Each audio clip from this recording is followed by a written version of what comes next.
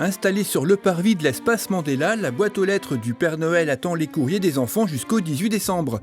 Afin d'aider les lutins, indiquez de manière bien lisible le nom et l'adresse de votre enfant.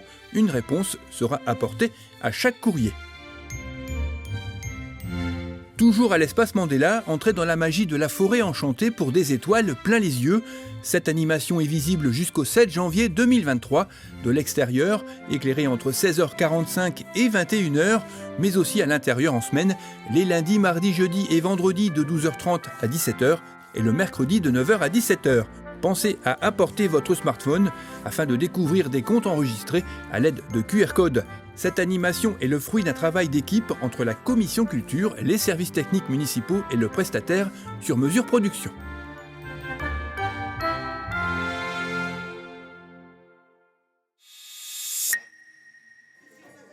La résidence Henri Boucherie a organisé son traditionnel marché de Noël au profit des résidents. Une partie financera les animations durant l'année et l'autre partie un séjour de vacances au mois de juin. Les différents objets et décorations ont été réalisés par les bénévoles de l'association. Au choix, bougies décoratives, savons et parfums, petites gourmandises, tricots et layettes, sans oublier les jolies jacinthes de saison. Il y avait aussi la réalisation de petits porte-clés, des cadeaux pour tous les goûts et toutes les bourses.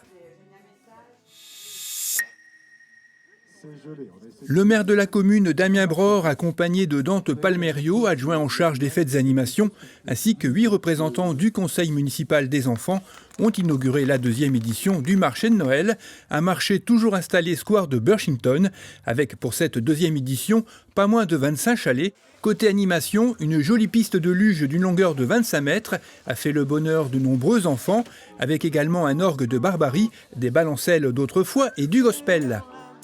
Attention, il y avait un piège avec la présence de 2 Pères Noël, mais seuls les enfants au regard averti auront identifié le faux du vrai, avec lequel ils ont même pu se faire prendre en photo grâce au photoclub chapellois.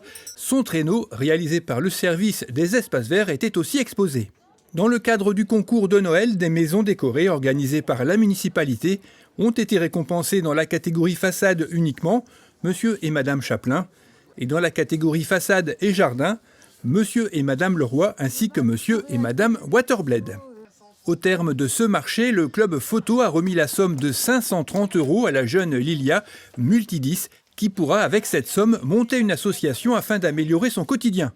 Et pour conclure cette 2e édition du marché de Noël, une sculpture d'un magnifique cerf réalisée à partir d'un bloc de glace. Bravo à l'artiste.